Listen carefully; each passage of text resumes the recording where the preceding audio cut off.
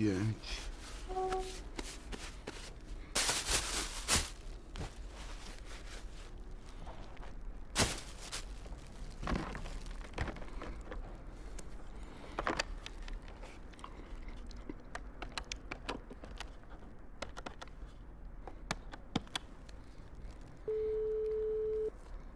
پیتزا خالی بفرمایید.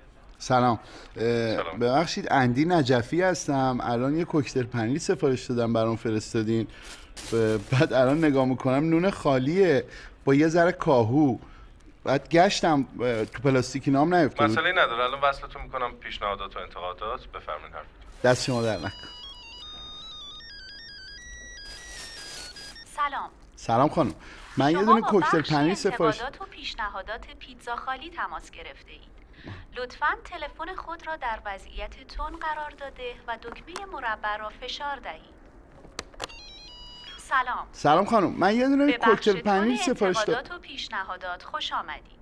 چنانچه از وضعیت غذاهای ما راضی هستید دکمه 1 و چنانچه راضی نیستید دکمه 2 را فشار داده چشم. و سپس دکمه مربع را فشار دهید. سلام. سلام خانم، به یه دونه بخش کوکتل پنیر من ناراضی‌ها سفارش خوش دادم. آمدید. مثل اینکه اشتباه فرست. چنانچه به وضعیت گوجه ها انتقاد دارید نه دکمه باش. 1، چنانچه به کیفیت خیارشورها معترضید نداره هیچ. دکمه 2، چنانچه از وضعیت پیاز جعفری رنج میبرید دکمه 3 و چنانچه میخواهید کلاً ایراد بگیرید دکمه 4 را فشار داده و سپس دکمه مربع را فشار دهید. چشم. سلام. سلام خانم، به بخش این دوستت ایرادهای همکارتون کلی خوش من الان آمدید. توضیح داد. الو. چنانچه خسته شده اید دکمه مربع را فشار داده و سپس قطع کنید نه. و چنانچه پیگیر هستید دکمه مربع را فشار داده و منتظر وصل شدن به اپراتور بمانید. آه.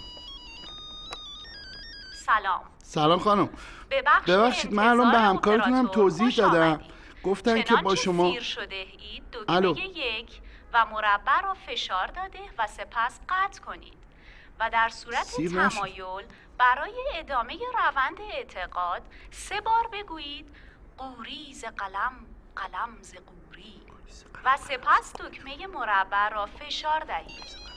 قوریز قلم قلم ز قوری، قوریز قلم قلم ز قوری، قوریز قلم قلم ز قوری.